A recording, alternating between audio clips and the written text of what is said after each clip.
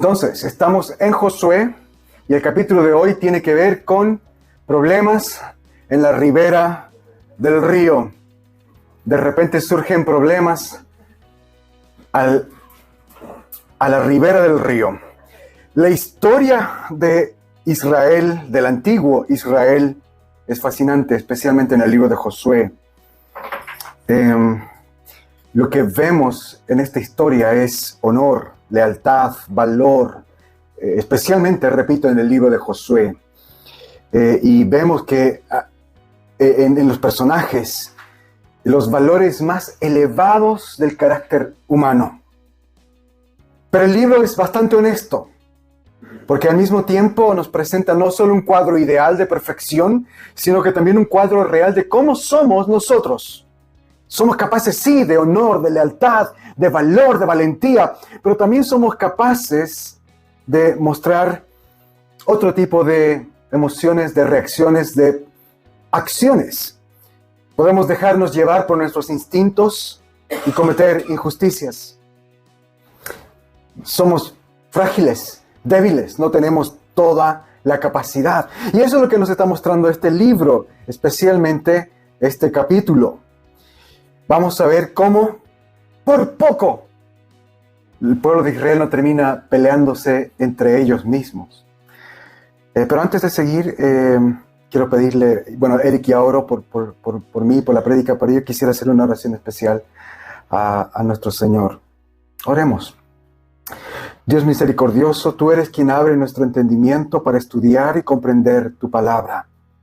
Te ruego que esta prédica llegue a nuestros corazones con el poder de tu Santo Espíritu, para que podamos no solamente comprenderla, sino también vivirla, y que hagamos tu voluntad. En el nombre de tu Hijo Jesucristo te lo pedimos. Amén. Vamos rápidamente por el capítulo entero. En los primeros versos del 1 al 9 encontramos un cuadro precioso de misión cumplida. Y antes de ver lo que está diciendo este capítulo, quiero que recordemos un aspecto muy importante de la historia hasta ahora. Si recordamos, el Señor había guiado a los israelitas hasta llegar a la tierra prometida. Y esto lo vimos en el libro de Números, de Éxodo de Números. Cuando el Señor guió a Moisés, ellos ingresaron por el lado oriental. Antes de cruzar el río, ellos llegaron al borde de la tierra prometida. Y si recordamos, 2,5 tribus encontraron que ese territorio era muy bueno para vivir. Y antes de ellos cruzar el río, antes de entrar a la tierra prometida, le pidieron a Moisés que les dé su herencia. Ellos dijeron, queremos ocupar esta tierra. No queremos entrar a la tierra prometida, queremos ocupar esta tierra y recibir nuestra herencia en este lado del Jordán.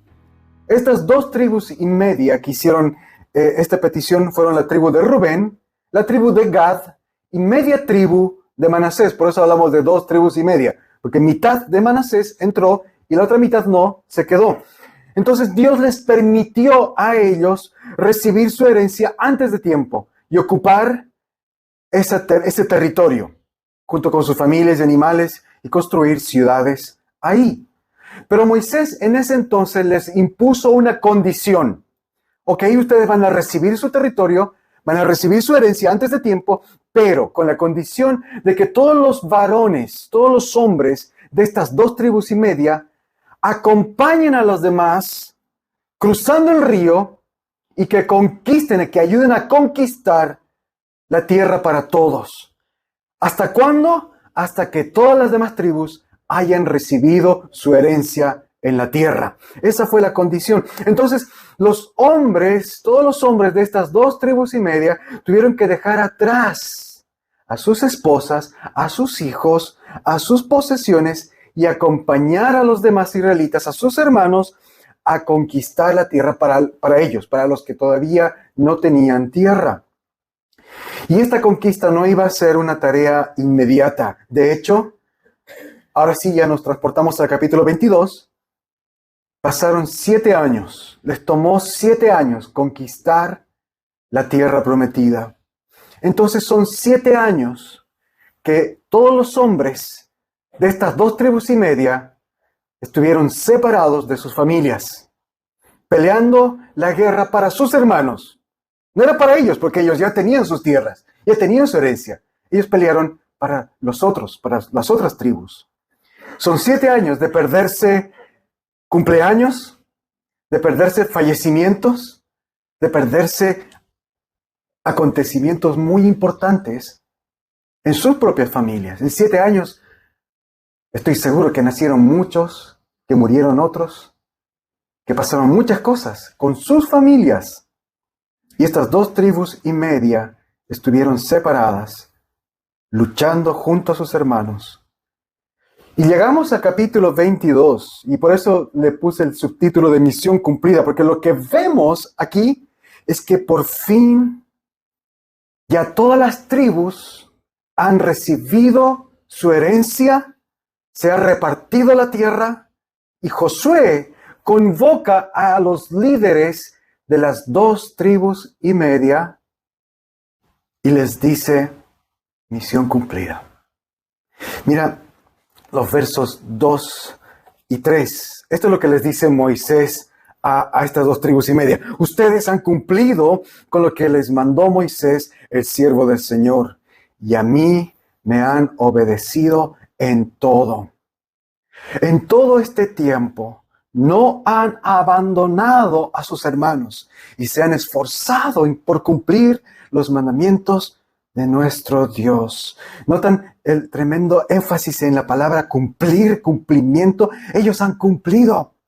Estas 2 tribus y media fueron leales, fueron obedientes. Yo me imagino que quizás varios de ellos se sintieron tentados en algún momento, al año, a los 2 años, a los 3 años, de volver, de saber qué está pasando con mis hijos, con mis nietos o con mi esposa. ¿Qué está pasando con mi familia?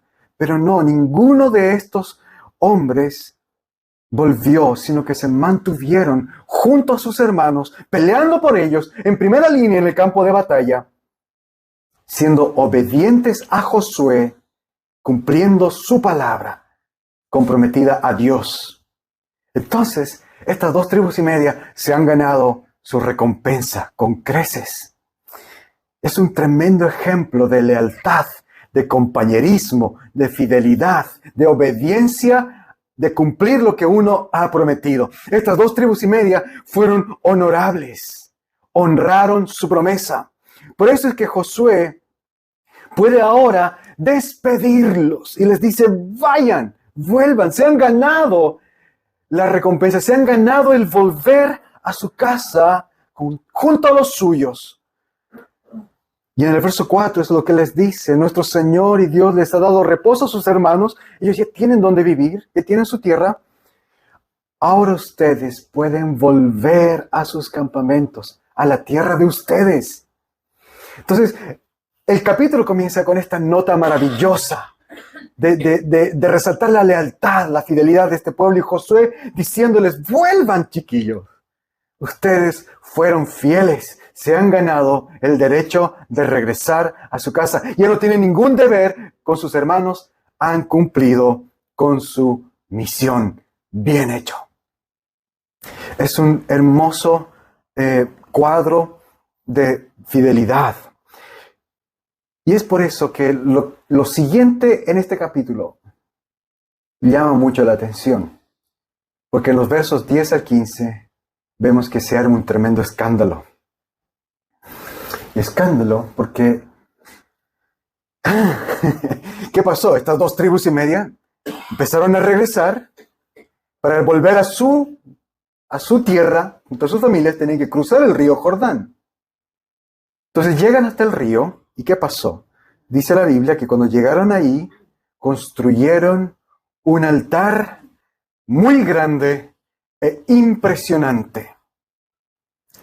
Y eso es todo lo que dice hasta ahí la Biblia, que ellos construyeron un altar. Pero los otros, las 9 tribus y media que se habían quedado, escucharon de este altar y se preocuparon y se escandalizaron. Mira el verso 12. ¿Qué es lo que provocó este escándalo?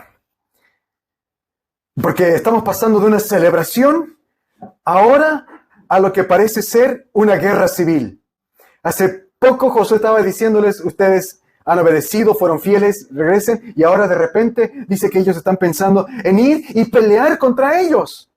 Por este altar que construyeron. Ahora las otras tribus que hace rato estaban diciéndoles bien hecho, fueron fieles, ahora quieren ir y luchar contra ellos. ¿Por qué? Porque escucharon que habían construido un altar para ofrecer sacrificios. El verso 11 tiene ese énfasis. Mira lo que dice el verso 11. Ellos se enteraron, escucharon, alguien les vino con el cuento. ¿Saben qué? Las 2 tribus y media construyeron un altar y están pensando hacer sacrificios. Y eso era una desobediencia al mandato de Dios. El tener un altar para hacer sacrificios podría significar 2 cosas. Una, que ellos en un abrir y cerrar de ojos de repente se habían convertido a los otros dioses paganos y estaban haciendo sacrificios a otros dioses, en el peor de los casos. O dos, estaban siendo todavía fieles a Dios, pero ofreciendo sacrificios en un lugar que Dios no había permitido. Porque Dios había dicho que el único lugar autorizado por Él para hacer sacrificios era en el tabernáculo, que en este momento estaba con las 9 tribus y media. Entonces, o estos hermanos suyos de las 2 tribus y media estaban haciendo sacrificios a otros dioses, o estaban ofreciendo sacrificios a Dios, pero en otro lugar. Sea como sea, era una rebeldía, un acto de rebeldía, una desobediencia a Dios. Estaban siendo desobedientes. Después de tantos años de obediencia y lealtad, de repente parece que están siendo desobedientes. Y eso es tremendo, eso duele. Cuando tú te enteras de que la persona quien te había demostrado lealtad, qué sé yo, amistad, cariño, o la persona que estaba cerca tuyo, a tu lado, de repente te da la espalda, de repente escucha que está haciendo algo contrario a ti, o que está yendo en contra tuya, duele. Y esos sentimientos son fuertes, y del dolor pasamos al enojo, y queremos hacer algo al respecto. Eso es lo que pasó con los israelitas. Pero hay un punto de inflexión en los versos 13 y 14, donde es tan importante. Ellos no se dejaron llevar por el rumor, ni por los sentimientos que estaban experimentando. En ese momento estaban dolidos, estaban confundidos, pero no decidieron no actuar en base a lo que habían escuchado y tampoco en base a lo que estaban sintiendo. Tenían ganas de luchar contra sus hermanos, pero decidieron no hacerlo, sino que decidieron enviar una comitiva, una delegación. Así que nombran a Finés, que es el hijo del sumo sacerdote, para hablar con estas 2 tribus y media. Y junto con Finés, Josué envía a representantes de las 10 tribus. Qué frágiles son las relaciones humanas, ¿no es cierto? Tan rápido podemos pasar de celebrar, de ser amigos, a sospechar de las intenciones del otro. Tan rápido por un rumor. Nota aquí el papel del chisme. Por un chisme, por un rumor, por algo que vi y no entendí. Me miró medio feo este domingo. No me saludó. Y de repente surgen sentimientos contrarios al otro. O escuchas un chisme. Tal persona dijo esto. Oh. ¿Cuántos de nosotros actuamos en base a eso? O tomamos decisiones. Comenzamos a tratar al otro en base a mis sentimientos, en base a lo que escucho. Aquí, gracias a Dios, Josué no hizo eso. Él hizo lo que deberíamos hacer todos nosotros cuando vienen los chismes, cuando vienen esos sentimientos. ¿Qué hizo Josué? Quiero saber más. Voy y hablo con mi hermano. Le pregunto, ¿qué estás haciendo? ¿Por qué hiciste esto? ¿Por qué dijiste esto? Querida iglesia, hoy día familias enteras se rompen por este tipo de situaciones. Padres hacia sus hijos, hermanos entre hermanos, vecinos, amigos, compañeros de trabajo, amistades, iglesias se dividen por el chisme, por el rumor o simplemente porque vi algo que no comprendí del todo pero no me gustó. Las relaciones son frágiles. Pero aquí vemos un ejemplo de cómo actuar correctamente. Josué no se apresuró en sacar conclusiones, ni en actuar, ni en acciones. Él decidió buscar el camino de la reconciliación. Y para eso necesita escuchar, necesita preguntar, necesita comprender. Y vemos en los siguientes versos 16 al 29 que eso es lo que pasó. Esta delegación, encabezada por Finés, llegó al lugar donde habían construido el altar. Todavía ahí estaban las 2 tribus y media, y ahí estaba el altar gigante. Y claro, era obvio que habían hecho un altar, entonces ellos tienen que preguntar. Y preguntaron. Y esto fue lo que preguntaron, verso 15. ¿Por qué faltan a su juramento? ¿Por qué pecan contra el Dios de Israel? ¿Por qué se apartan de su camino levantando un altar, rebelándose contra él? Según ellos veían, ese altar significa una sola cosa, que sus hermanos han roto el juramento de Dios, que están presentando sacrificios y ofrendas en otro lugar que no es el tabernáculo. Y quiero que notes estas palabras. Lo que muestran estas palabras es una sincera preocupación por sus hermanos. Están preocupados por ellos. En el verso 17, ellos les hablan de la infidelidad del pueblo cuando estuvieron en el desierto. Muchos años atrás, sus padres en el desierto pecaron porque fueron detrás de las mujeres de prostitutas de Moab. Y los hombres de Israel fueron y se acostaron con estas prostitutas y terminaron adorando a los ídolos de las mujeres moabitas. ¿Y qué pasó en ese entonces? Miles murieron por el pecado de idolatría. Y eso le recuerdan estos hermanos a los de las 2 tribus y media. Recuerdan lo que pasó. Nuestros padres por su idolatría murieron. Ustedes están haciendo lo mismo. Están idolatrando. Y en el verso 20 les recordaron del pecado de Acán. Otro evento de su pasado, de su historia. Esto ya es de su generación. Acán, un hombre de su generación, había robado del tesoro de Dios cuando invadieron Jericó. ¿Y qué pasó? Por el pecado de un solo hombre, todo el pueblo sufrió una derrota. El pecado de uno afectó a todo el pueblo. Entonces, lo que ellos les están queriendo decir, lo que ellos están queriendo transmitirles es: por lo que ustedes están haciendo, todos nosotros vamos a sufrir. Porque ustedes están, por el pecado de uno, por el pecado de Acán, sufrimos todos. Y por el pecado de ustedes, estamos en riesgo todos. Hay preocupación en sus palabras. Están preocupados por el bienestar de ellos, pero también por el bienestar de las demás tribus. Porque si estas 2 tribus y media se apartaron del Señor, están acarreando condenación. Y noten el cariño y la preocupación de la delegación de Finés y de los que fueron enviados. En el verso 19, ellos les dicen que vuelvan, por favor. No cometan un sacrificio aquí, no se equivoquen, vuelvan donde está el tabernáculo. Presenten sus sacrificios donde corresponde. Y noten, les dice, incluso ellos les dicen, si ustedes están descontentos de las tierras que recibieron, pueden tomar de nuestras tierras.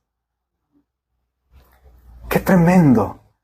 Estuvieron dispuestos a renunciar de su herencia con tal de convencer a sus hermanos. Por favor, no pequen. No caigan en el error de nuestros padres. Si la tierra que les ha tocado no les satisface y por eso están queriendo adorar a otros dioses, no lo hagan. Vuelvan al tabernáculo. Nosotros les vamos a regalar de nuestras tierras si es que lo necesitan. Eso es cariño. Eso es preocupación. Eso es amar al prójimo. Y luego de decir esto, ellos les permitieron responder. Qué tremendo ejemplo de cómo actuar, no dar por sentado los motivos de los otros, dejar responder al otro. Y en los versos 21 al 29, ellos respondieron. Los líderes de las 2 tribus y media respondieron que no habían construido ese altar para pecar. De hecho, ellos invocan a Dios, dicen, si es que estamos mintiendo, que el Señor nos destruya, nos mate. Eso es un juramento solemne, un juramento potente. No hemos levantado este altar para pecar contra Dios y tampoco para ofrecer sacrificios. No levantamos este altar para ofrecer sacrificios. Entonces, ¿para qué habían construido ese altar? ¿Cuál era la razón? Ellos lo explican. Estas 2 tribus y media habían estado tanto tiempo fuera de casa, lejos de sus familias, simplemente no querían que sus acciones fueran olvidadas. De hecho, ellos están tomando el ejemplo del mismo Josué. ¿Recuerdan qué pasó cuando Josué y el pueblo cruzó por primera vez el río Jordán? Cuando Dios separó las aguas del río, Josué también levantó un altar ahí, en el río. Él pidió que un representante de cada tribu tome una piedra grande y juntaron un altar con 12 piedras representando las 12 tribus y levantaron un altar, pero no para ofrecer sacrificios, sino un altar conmemorativo, un monumento. Eso es lo que hizo Josué. De hecho, está ahí en el capítulo 4, versos 21-22. En el caso de Josué, él levantó ese altar para que cuando sus hijos pregunten, ¿qué son estas piedras? Ellos le respondan, esas piedras, ese altar, es para que recordemos que Dios nos permitió cruzar el río Jordán en seco. Entonces Josué había levantado un altar conmemorativo para que no se olviden que habían cruzado el río Jordán con la ayuda de Dios. Entonces estas 2 tribus y media tomaron esta idea, las piedras, el altar de Josué, hablaban. El altar de Josué contaba una historia. Nosotros también queremos tener un recordatorio para nuestros hijos. Porque hemos estado lejos de casa. Nuestros hijos no saben lo que hemos estado haciendo. Y es más, con el paso del tiempo, este río nos separa, nuestras 2 tribus y media, nuestros hijos van a estar aquí y los hijos de ustedes van a crecer aquí. ¿Y qué pasa en el tiempo? Es posible que los hijos de ustedes desconozcan a nuestros hijos y nos digan, y ustedes son del otro lado del río, ¿qué tienen que ver con nosotros? Entonces este altar que construimos es un monumento de nuestras acciones. Nosotros peleamos por la unidad del pueblo. Entonces, en el futuro, si los hijos de ustedes no reconocen a nuestros hijos, este monumento les va a recordar, aquí nuestros padres pelearon por sus padres. ¿Se dan cuenta? En el verso 27 eso es lo que dicen. Este altar les recordará a nuestros descendientes y a los de ustedes que nosotros también tenemos derecho a adorar al Señor en su santuario. En otras palabras, ellos construyeron ese monumento para recordar y para preservar la unidad. La unidad son pueblos hermanos, son tribus hermanas. Los hijos de estos nunca habían cruzado el río Jordán. Se habían quedado con sus familias en ese lado del río. No formaron parte de la conquista, pero eso no quiere decir que no son miembros del mismo pueblo. Eso es lo que ellos querían simbolizar con ese altar. Que todos ellos son parte de la promesa de Dios. Que todos ellos forman parte de un solo pueblo.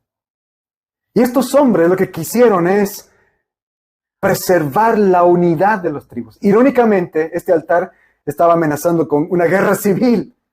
Casi la unidad se quiebra Cuando ellos habían construido ese altar precisamente para celebrar la unidad. Un gran monumento de que ambos grupos de tribus eran hermanos y adoraban al mismo Dios. En el verso 27 eso es lo que dicen: el día de mañana los hijos de ustedes no podrán decir a los nuestros que no tenemos nada que ver con el Señor. Eso es lo que queremos, que haya unidad entre nuestros hijos. Porque los nuestros no pelearon por los de ustedes, pero nosotros sí.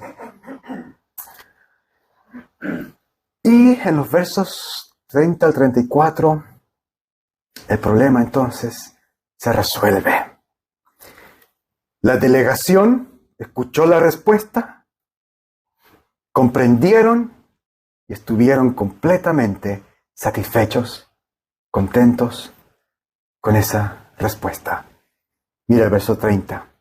El sacerdote Finés y los demás jefes escucharon esas palabras y les pareció bien lo que dijeron. El problema está resuelto. Cualquier rumor de guerra o enfrentamiento ya no va más. Ellos salieron de su campamento con estos rumores: tenemos que luchar contra nuestros hermanos. Pero ahora en el verso 33 dice: ya no hablaron más de pelear ni de destruir la tierra que habitaban los hijos de Rubén y de Gad.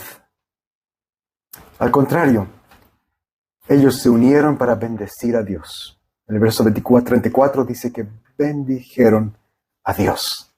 Juntos como hermanos, ¿qué eran? ¡Qué maravilloso! Así es como resolvieron el problema. Hablando, escuchando, preguntando, aclarando, presentando las preocupaciones. Oigan, chiquillos, estamos preocupados porque este altar significa que ustedes están pecando contra Dios.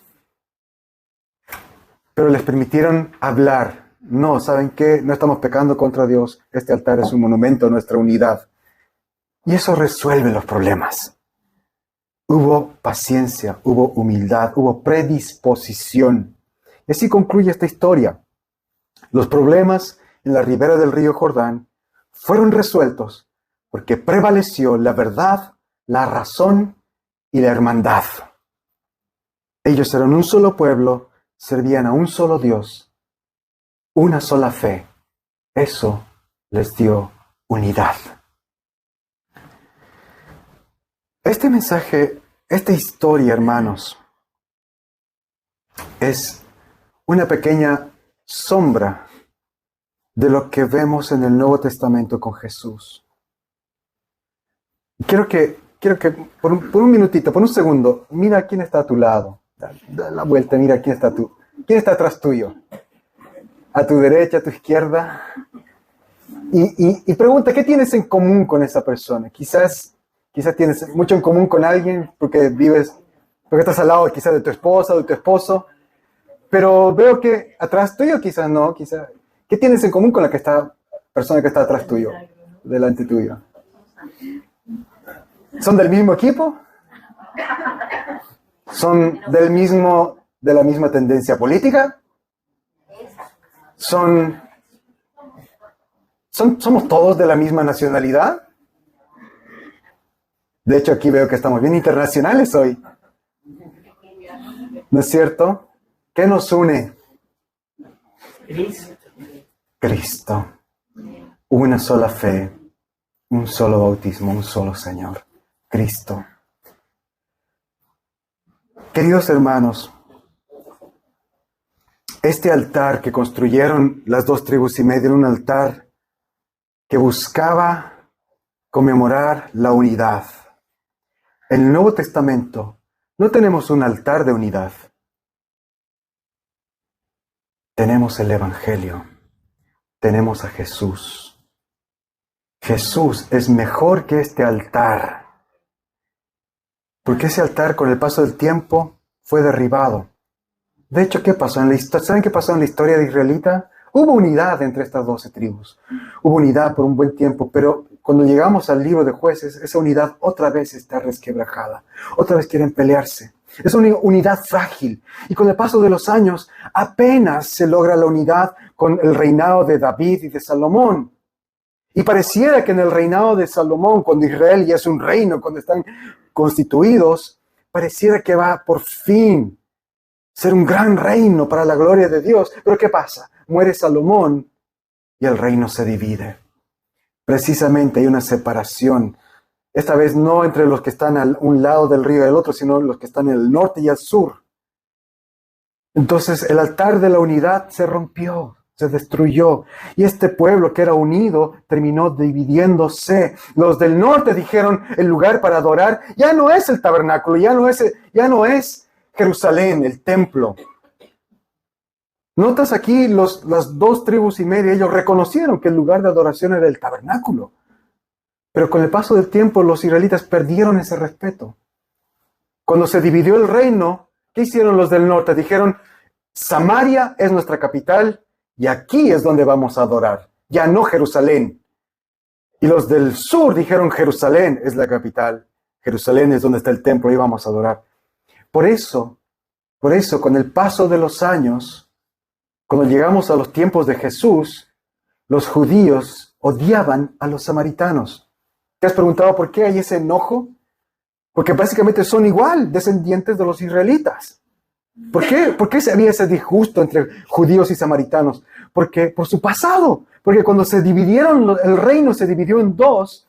Los del norte, los rebeldes, los que se fueron, dijeron, Samaria es el lugar de adorar.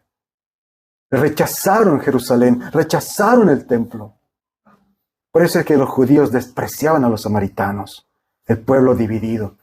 Pero ¿qué pasó? Hay un relato fantástico en Juan, capítulo 4. Jesús se encuentra, él va al encuentro de una mujer samaritana y le pide que le dé de beber agua.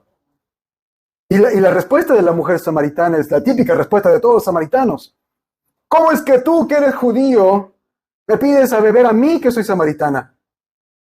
Y Juan, el autor, aclara ahí diciendo, es que los judíos y los samaritanos no se tratan entre sí por esta rencilla. Porque la unidad de las 12 tribus se había roto. Lamentablemente esa unidad al final se rompió. Y ya para los días de Jesús estaba tan dañada que había odio entre hermanos. Los judíos hacia los samaritanos y los samaritanos hacia los judíos. Pero aquí Jesús habla con esta mujer. Y conversando surge el tema candente, el tema de odio entre estos dos pueblos. El lugar de adoración. Ese es el tema. Y ella le dice a Jesús, a nosotros nos enseñaron que aquí en Samaria es donde se debe adorar a Dios. Y ustedes los judíos dicen que es en Jerusalén, en el templo. La mujer sigue ahí sacando las garras, ¿no? Ustedes los judíos, para ver qué responde Jesús. Y esto es lo que le responde Jesús. Créeme, mujer, que viene la hora, y ahora es, cuando ni en este monte, no en Samaria, ni en Jerusalén, adorarán ustedes al Padre. Lo que Jesús está diciendo es, está por pasar algo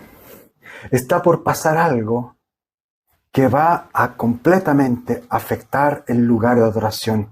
Ya no será un lugar físico, ya no será más el templo. Jesús le dice, es verdad, el templo era el lugar que Dios había designado. En ese sentido, mis compañeros judíos tienen la razón. Pero ya no será más el templo, ni aquí. Va a terminar cualquier motivo de enemistad, de división entre nuestros pueblos. Y Jesús le dice, va a surgir una nueva adoración, un nuevo tipo de adorador. El que adora en espíritu y en verdad. Porque Dios busca ese tipo de adoradores. Lo que Jesús está diciendo aquí, esta es una frase muy profunda, no tenemos el tiempo para analizarla como corresponde, pero lo que quiere decir en espíritu es aquel que ha nacido en el Espíritu Santo, aquel que ha tenido un nuevo nacimiento. Y en verdad, ¿qué es verdad? En Juan, Jesús es la verdad. Él dice, yo soy el camino, la verdad y la vida. Entonces, ¿quiénes son estos adoradores que adoran en espíritu y en verdad? Aquellos que han nacido de nuevo en Cristo. En Cristo.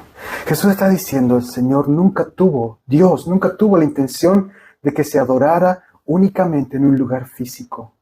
Porque eso trae problemas, trae enemistades, trae peleas. O nos peleamos por poseer ese lugar donde aparentemente está Dios, o nos peleamos porque otros buscan otros lugares, que es lo que pasó con los samaritanos.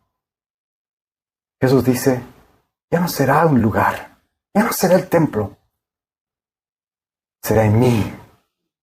En mí. Aquel que esté en mí adorará al Padre, tendrá acceso a Dios, al lugar que solo los sumos sacerdotes podían entrar. Que el Evangelio llegue a judíos, a musulmanes, a todas las religiones del mundo. Que el Evangelio llegue a nuestra patria, a nuestras familias, a nuestras relaciones humanas. Porque esto de la rencilla, esto de la pelea, esto de la discordia, escala a muchos niveles. Lo vemos en grandes guerras, pero también lo vemos en las pequeñas discusiones dentro de la casa, en los desacuerdos dentro de las familias, en los desacuerdos dentro de las iglesias. En Josué vimos que ellos resolvieron esos desacuerdos, conversando, buscándose, pero va más allá que eso. Ellos pudieron perdonarse y resolverlo porque estaban unidos en una sola fe. Esa es la esencia de la verdadera unidad. Hoy día por eso es tan importante el Evangelio. Si tú estás en Cristo y la persona con la cual tienes desacuerdos o malos entendidos está en Cristo, podemos y debemos reconciliarnos, buscar la reconciliación. Y si la persona con la cual estás en desacuerdo no está en Cristo, tenemos que buscar compartirle el Evangelio y buscar reconciliarnos en Cristo. Hacer lo que Jesús hizo con la samaritana. ¿Qué hizo Jesús? Él se presentó a sí mismo. Él le dijo, viene la hora cuando ya no será en este monte ni aquí, sino en espíritu y en verdad en mí. ¿Cuál fue la respuesta de la mujer? Ella podía quedarse con su postura inicial, es decir, no, la verdad es que yo me quedo nomás aquí con mi lugar, esto es lo que siempre me enseñaron, ser aquí, tú eres judío, ya no me hables más. ¿Qué hizo ella? Ella recibió el mensaje de Jesús. Salió corriendo y habló con los demás samaritanos y les dijo, escuchen, he conocido a un judío que me ha dicho todas las cosas. Él es el Mesías. Y dice Juan que salieron los samaritanos y escucharon a Jesús y le pidieron que se quede con ellos. Esa mujer pasó de ser una enemiga a ser una misionera de Cristo para su pueblo. Y ese día Jesús reconcilió a los samaritanos. Es muy interesante porque los primeros en recibir a Jesús en el Evangelio de Juan no son los judíos, son los samaritanos. Potente. Este pueblo que se había separado, que se había enemistado de sus hermanos, son los primeros en recibirle. Oremos por nuestra unidad, oremos por los pueblos que están en guerra, oremos que el Evangelio nos lleve a buscar siempre la reconciliación y entendamos que la reconciliación es posible con Cristo, con Jesús. Oremos.